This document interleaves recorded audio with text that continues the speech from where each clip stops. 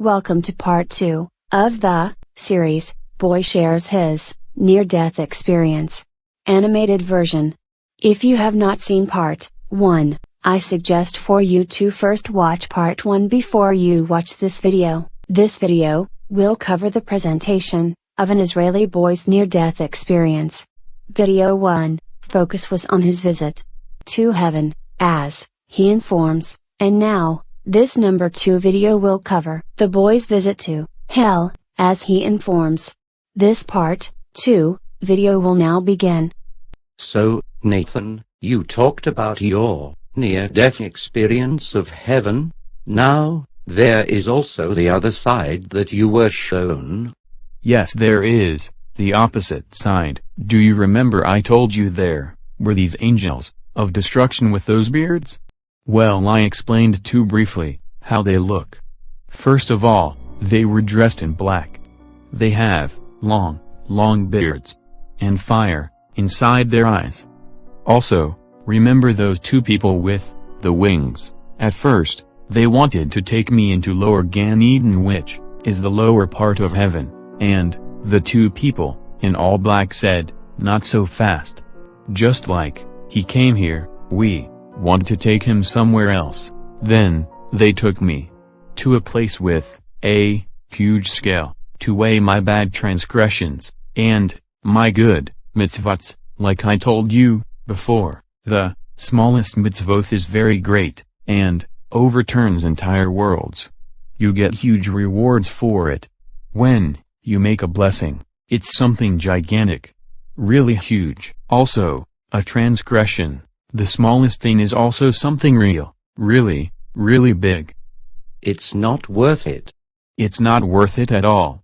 And then, they put my mitzvot on the scale, and it was huge. Then, they put my transgressions on the other side of the scale while seeing both mitzvot and transgressions. Then, they show you more. At first, it looked like there were more transgressions, but in the end, I saw that there were more good, more mitzvot. The good that I did outweighed the bad, and I was happy. They told me, if you are up here for more than 3 hours, you can't go back down. And I was thinking that I had been up there for years, but they told me that I had only been there for a few minutes. And that was actually right, because after I had went back down, the time was only 15 minutes later. Nathan, tell the audience a little bit about hell, which Jewish people refer to as Gehenna. Okay.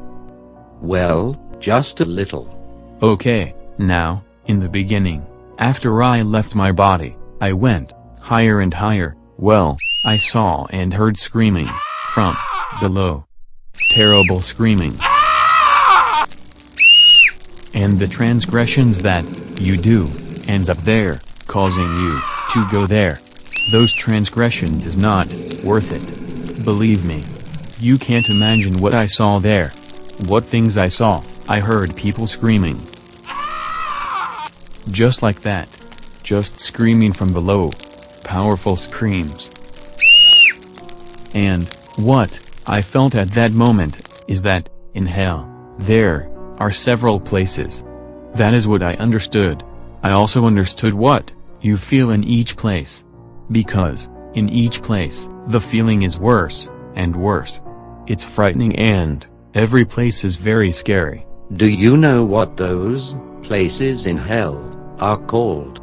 Yes, I remember some of them. Can you give us the names? I remember. One place was called Salmavet, which means shadow of death. That place wasn't good at all. Also, I remember a place called Bor, which means smoking pit. Then, I just saw rooms.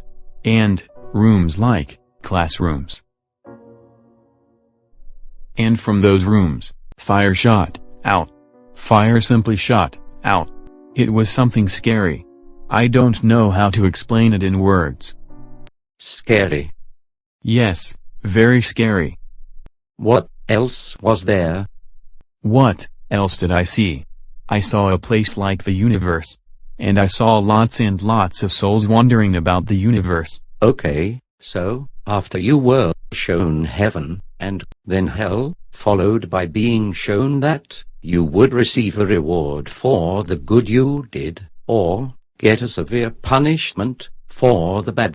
Did you feel like they were teaching you something like to choose? Yes, but when you are up there, you cannot choose anymore. When your life on earth ends, it is what it is. You can't fix anything at that point. So let me explain to you. After I was shown many things, including heaven and hell, I was asked if I wanted to stay in heaven. But I said that I would prefer to go back down. I would avoid transgressions. Also, I felt that if I go back down I could do more good and mitzvahs. Then, by doing so I could earn a greater reward and reach a higher level. So, I was sent back down to earth. So as I was going back, I saw something 1,000,000 times more frightening than everything else I had seen. It was a person with arms, legs, a head and everything. But he was really tall, gigantic, like he never ended. And you look up, you can't see the end of him.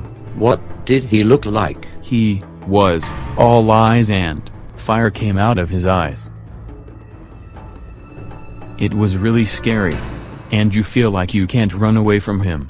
You can't escape from him no matter what. He doesn't leave you, seriously. Who was it? It was the angel of death. Based on what I saw in heaven, and what I understood there. Did it speak with you? It held me with its pitchfork hands in my chest. It was something scary, terrifying and terrible. And it continued to hold on to my chest. Did it say anything to you?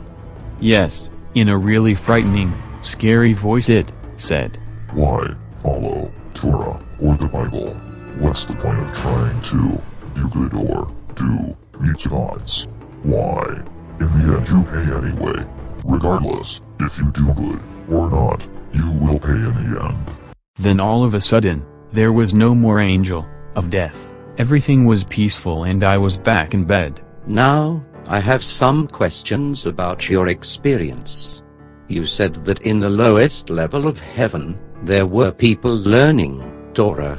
Yes, but there are higher levels. And what do you think the highest level is? The throne of glory. But that level is for those that have repented from sin. Next is part 3. The Israeli boy claims that his near-death experience revealed that World War III will happen soon with Obama front and center. Please proceed to the part 3 video. Please proceed to the part 3 video of this series.